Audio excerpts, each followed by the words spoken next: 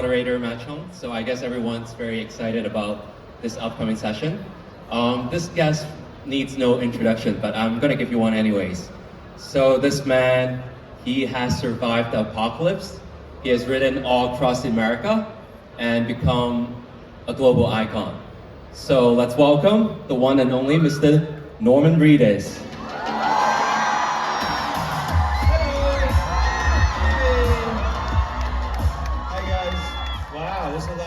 What the hell are you doing here? Did you find your dog yet? Welcome. So, jet lag is real. Yeah. how's Hong Kong treating it? It's good. It's good. The jet lag hit me today. Like wow. But it's so beautiful here. The people are so nice. The food's really good. The buildings, everything's beautiful. I really love it here. Yep. So we got a lot of questions for you. Let's jump right into it. Sure. Yeah. So Daryl Dixon became a global icon through like very little dialogue, mostly like presence, loyalty, and silence. When you first stepped into that role, did you imagine the power quiet constraint could have? No, I didn't. I think about Daryl is he always speaks the truth. He has no pretension whatsoever. If there was ever a problem, he just fixed the problem, and he never said, "Look at me, look what I did." He was very loyal. He said a lot without saying a lot, you know. So I think people responded to that character because of his honesty. What's up over there? Hello. Hi. What's up? What's up? What's up? Hi, Hong Kong. Hello. Cool. Nice to see you. And you're often described as a cult icon rather than being like a traditional leading man. Like, how do you personally like understand that labeling?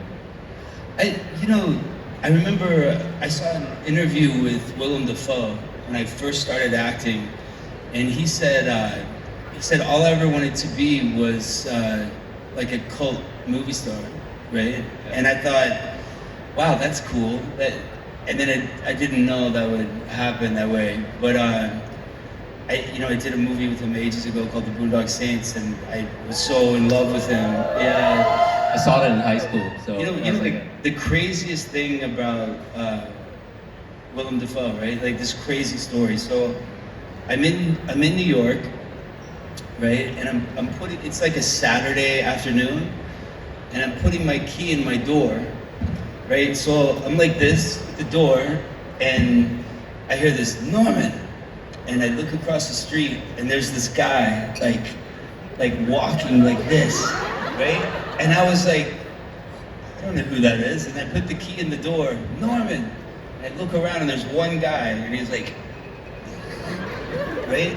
And then I'm like, what the heck, right? So I put the key in the door, and I turn around, and he goes, "It's Willem." And I go, "What are you doing?" Right? This is Saturday, like 1 in the afternoon. And he says, "I'm about to play a movie, Shadow of a Vampire." He was about to play a vampire, so he's walking around Manhattan when people are shopping, and he's like, I was just like, I love this guy, you know. But anyway, he said that about being a cult movie star, and I just thought that was super cool. Both The Walking Dead and Death Stranding connected deeply with audiences around the world, especially in Asia. Why do you think these like loner characters resonate so strongly across like different cultures? I don't know. I think there were times in this show, like when I knew Andrew was leaving, he told me way before he left that he was going to leave, right? And when he left, I told the writers, I was like, please don't give me his long speeches.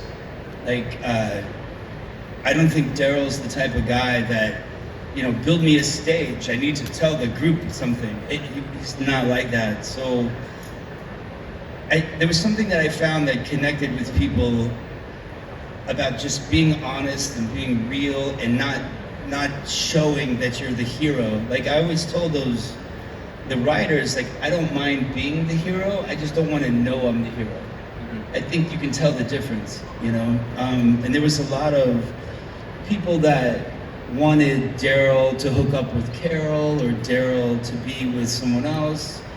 And then there were a lot of people that liked that Daryl was asexual. There was a lot of people that were like, thank you for that.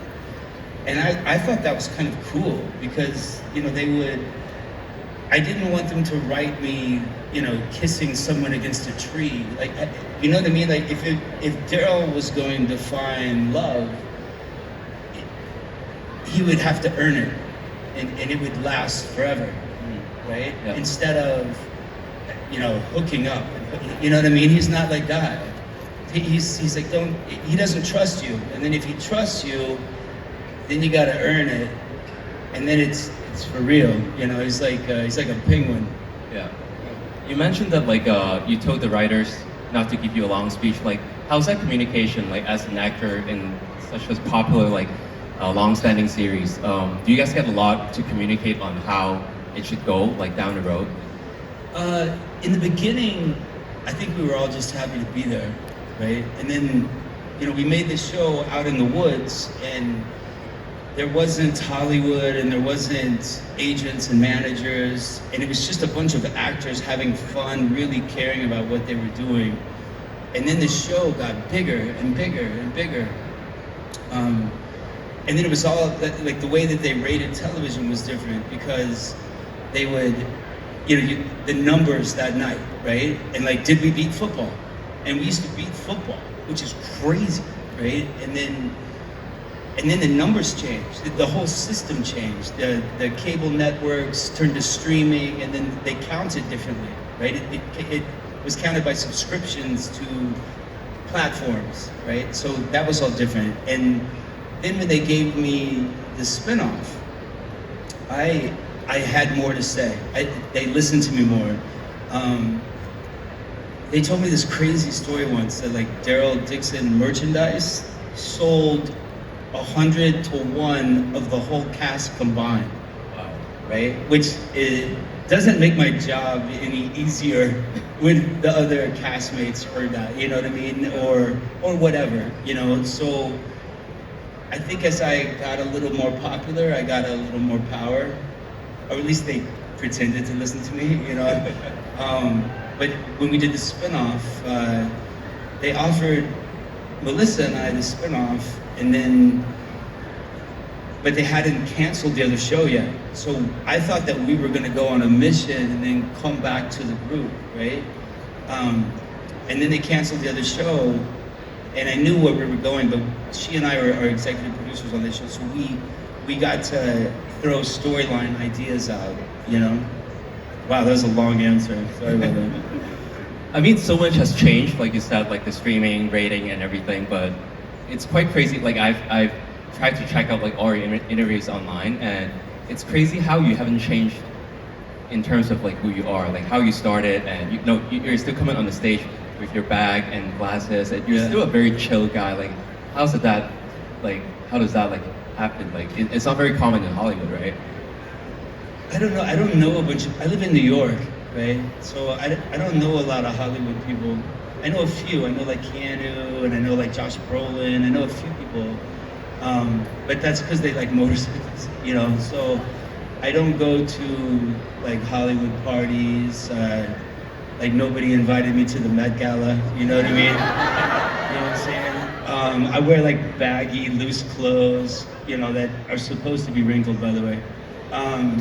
But I'm just like the same guy that I always have. And I have, like my good friends are artists or, you know, motorcycle mechanics and stuff like that. And they don't even watch my show. They have no idea. They've never seen me in anything, you know? So that's how you stay so authentic. Kind of keeps hang out with really real people, you know? Yeah, they don't care. And then like, yeah, I mean, I have stories that are crazy, but yeah, I just like real people, you know. There's a weird thing that happens to you when you become like a popular person, you know, because of a show or whatever. And I see it all the time with actors and actresses. Their heads get a little bigger and bigger. And I'm sure it's happened to me too at some point in my life. It's probably happening right now, but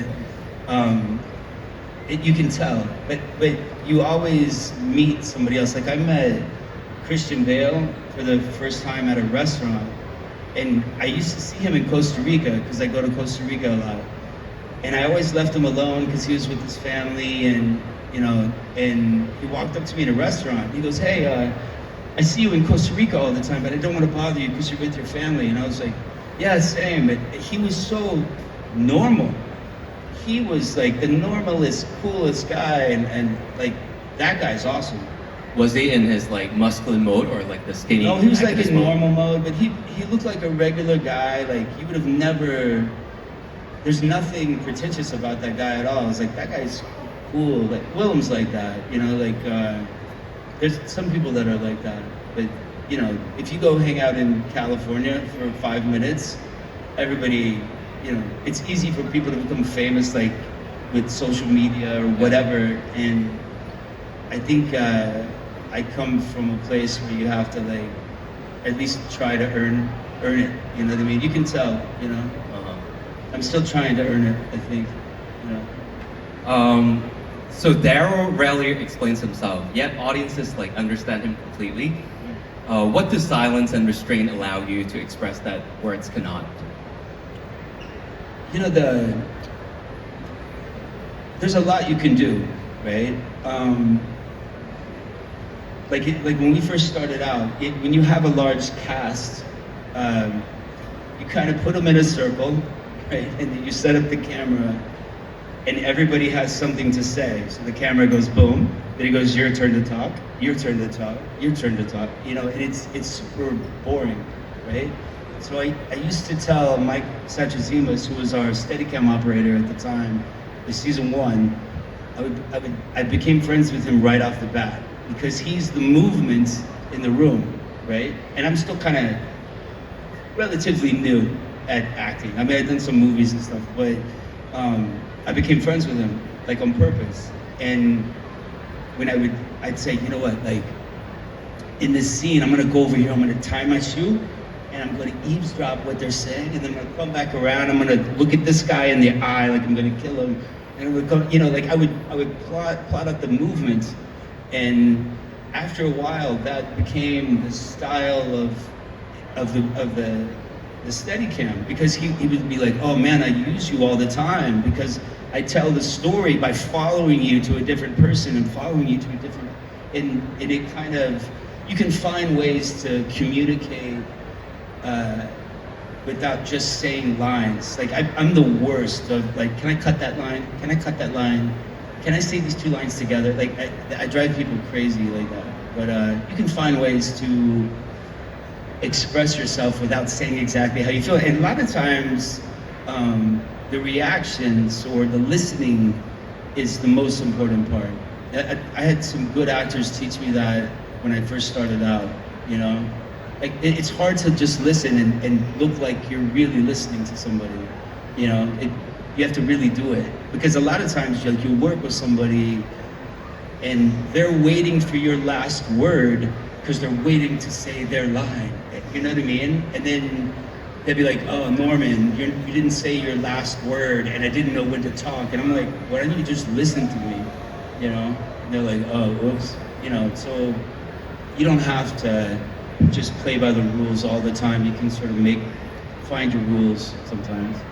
So that's like a very authentic and unique way of your approach, since like you didn't go to like a proper like acting school, right? No. Yeah.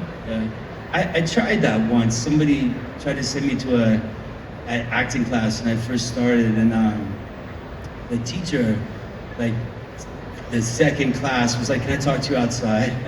And he's like, "You don't belong here." And I was like, "What do you mean?" And he's like, "Just go do your thing." And I that probably wasn't the right class for me to be in, because I'm sure I could really like tone my craft a little better. Like I like learning actually, so I wouldn't mind being in a class, to be honest. Okay, so in gaming, especially in Death Stranding, like performance is captured like differently. So did acting for a game change how you think about physicality or like emotional connection? Oh God, yeah, that was new to me, the motion capture. I've been in a lot of video games, but one of Deo's caliber I hadn't done before. So, you know, you have these Velcro balls on you and this skin-tight bodysuit and this big helmet on your head with these cameras and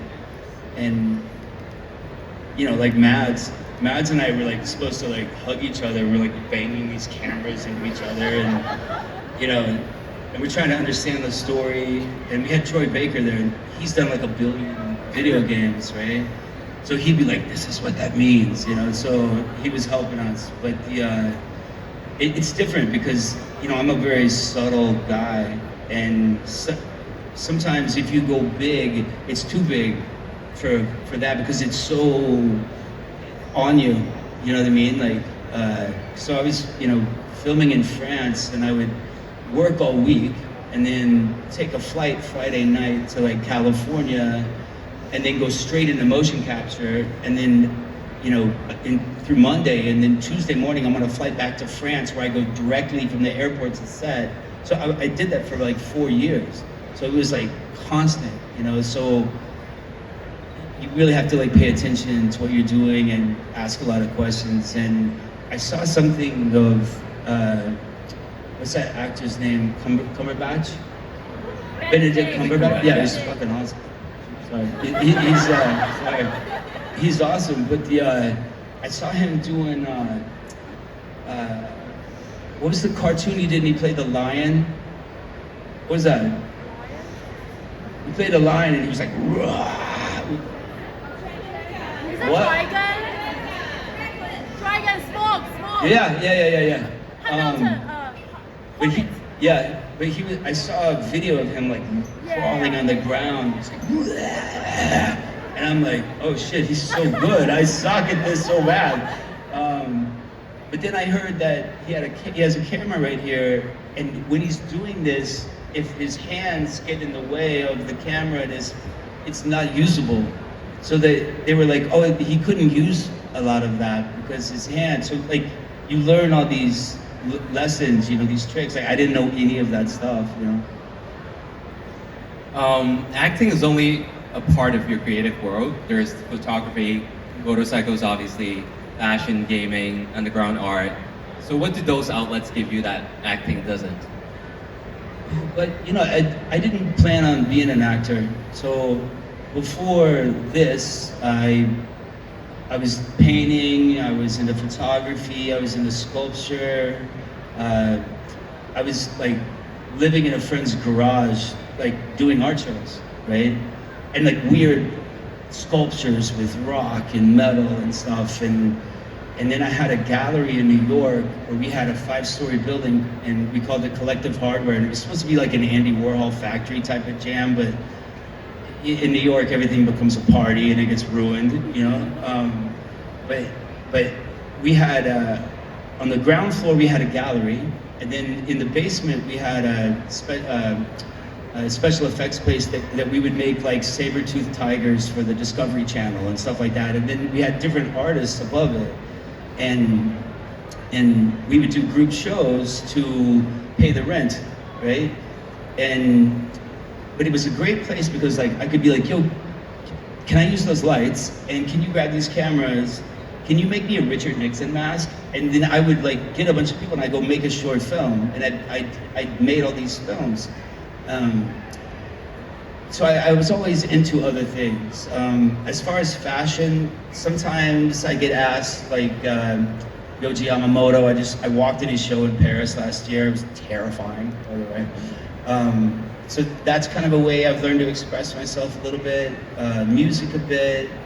I just finished 2 art shows last year in Tokyo.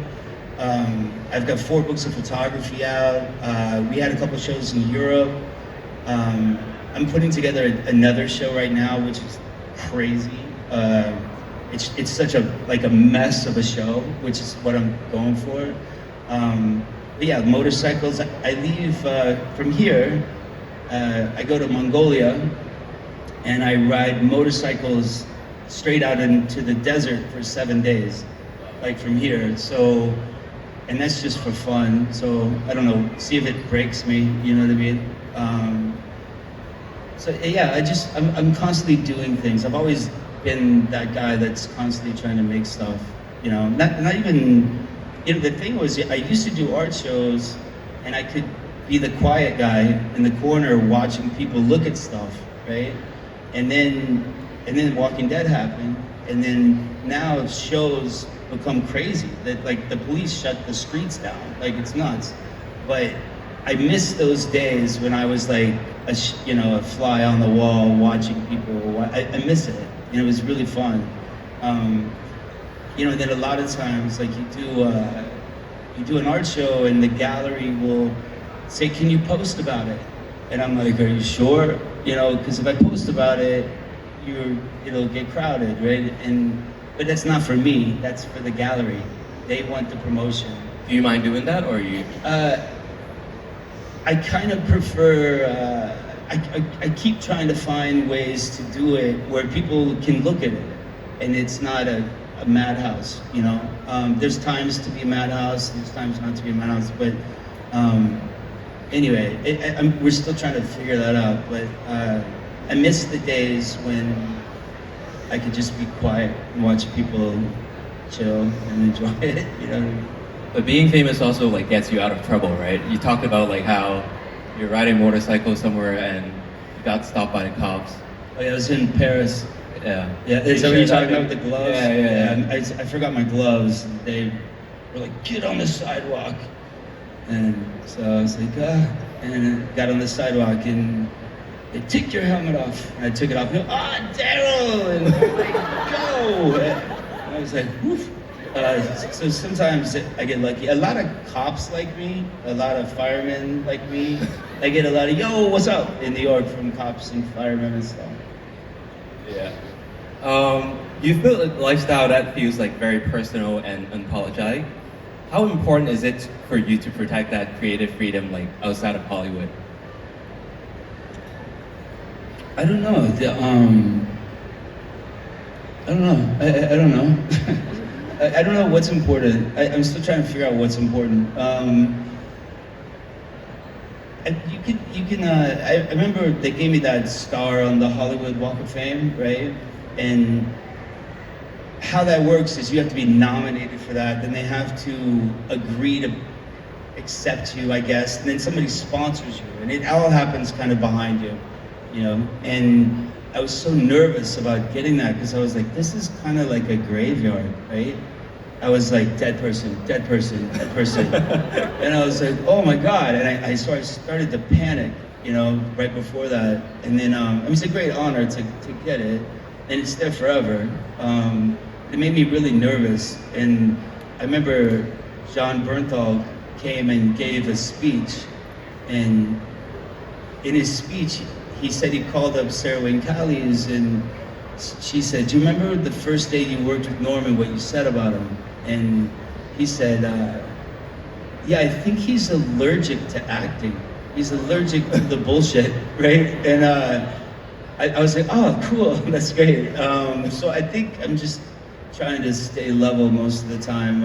I don't really get wrapped up in what you're talking about. Right. I kind of just have my own thing. But are you still the guy who has to like keep yourself like super busy because you feel like time is never enough, you want to achieve a lot of things? Is that still your state of mind right now?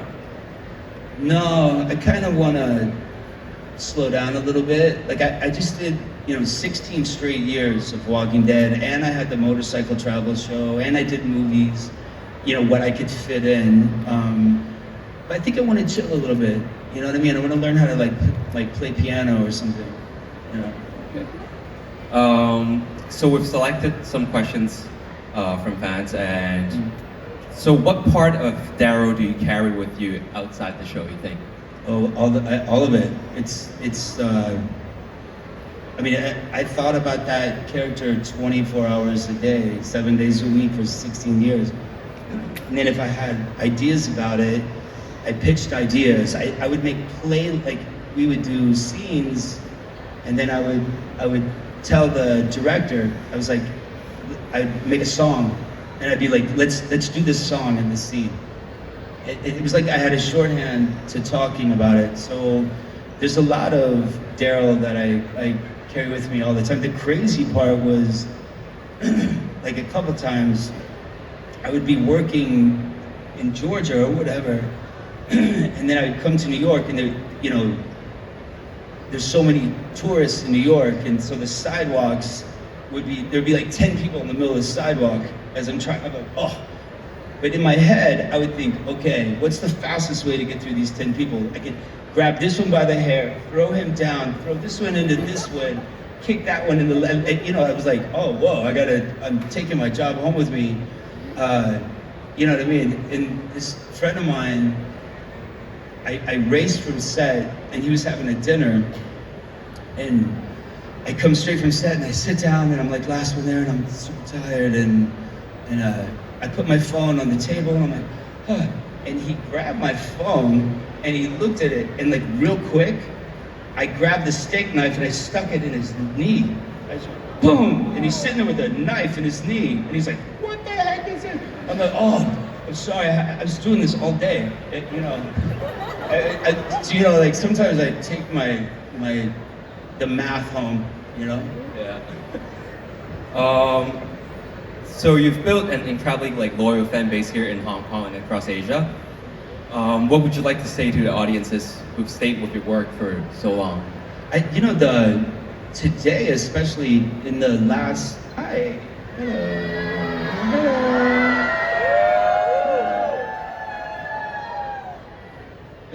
Today, especially in that last group, I'm sorry I was late because there was like a lot of people all of a sudden.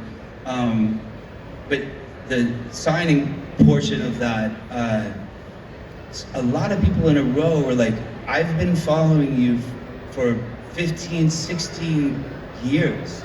Like, I grew up watching you, me and my family watch you. I mean, and I could tell they were really sincere. I can tell the difference in people like, hey, I've been a fan, and you're like, nuh-uh, you know. But like this group was like super, like I had to take a minute because it really touched me. Like, yeah, it was like super sweet. They're like, I've been watching you for this long and you mean this to me. And I'm like, you know, I was like, woof. I had to take a minute and go outside for a second before I came here. Because it was like, I could tell it was real. So I have a real affection for the people I've met here. Very honest and real and cool and yeah, super sweet. So thank you for being so kind. Yeah. It's really great. So I guess like your fans and everyone has been eyeing on this Yeah. on the table. So before we go, so this is something from Hot Toys, which they've been cooking for a bit.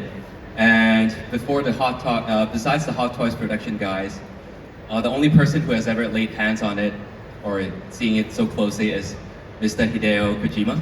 Yeah. So, as you being the man himself, so what do you think about this 1/6 figure? This is really good. I mean, I've seen some bad ones. This is really good. Yeah. This one's really, really good. You got my crazy hair and my beady little eyes. Yeah, it looks just like me. Yeah, this is a really good one. And the detail is really fantastic. So make sure you get yours, and there's been pre-ordered, I guess, going on. Oh, cool. Yeah. Yeah, you know, in Hideo's office in Tokyo, he's got a crazy office. It looks like something out of a Stanley Kubrick movie. Like, it's like this giant room, and the floor lights up white. Right? It's crazy, and then it goes on forever. But in the middle of the room is a giant statue like this of me. Yeah, it's like 8 feet tall. It's like this big statue. But this one looks better. I'll be honest with you. The detail is really great. So before we go, can we get someone from Hot Toys, representative Janice, to have a photo with you?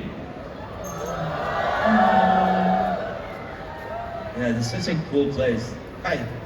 Hello. Do I hold it? Yeah, let's get a photo. Okay, some of it's here. Yes or no more here. Okay.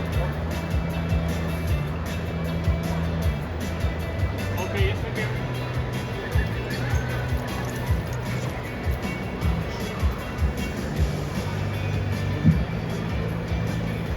so time is never enough, but I guess you have to rush to. I don't know. I don't know for where your I'm going. I autograph. have no idea. Yeah. Ooh. Is there anything else you'd like to say to Yeah, everyone in Hong Kong? Yeah, you guys are lovely. Hong Kong is beautiful. Your food is great. You're all such beautiful people. Thank you for being so nice and kind. And I'm jet lagged almost every day of my life. But thank you for putting up with me. Yeah, thank you. I love you too. Yeah, super sweet. I will come back again. I definitely will. Yeah, I will. Yeah, you guys are so sweet and genuine and honest and cool. And then thank you so much. Yeah, I promise. Thanks so much. I'll come back for sure. Yeah. Let's give a round of applause for Mr. Norm Reedus. Thank you guys. You're so sweet. Thank you guys. Do I leave? Okay, bye. All right, bye guys. Thank you so much. Yeah. Super sweet. Yeah.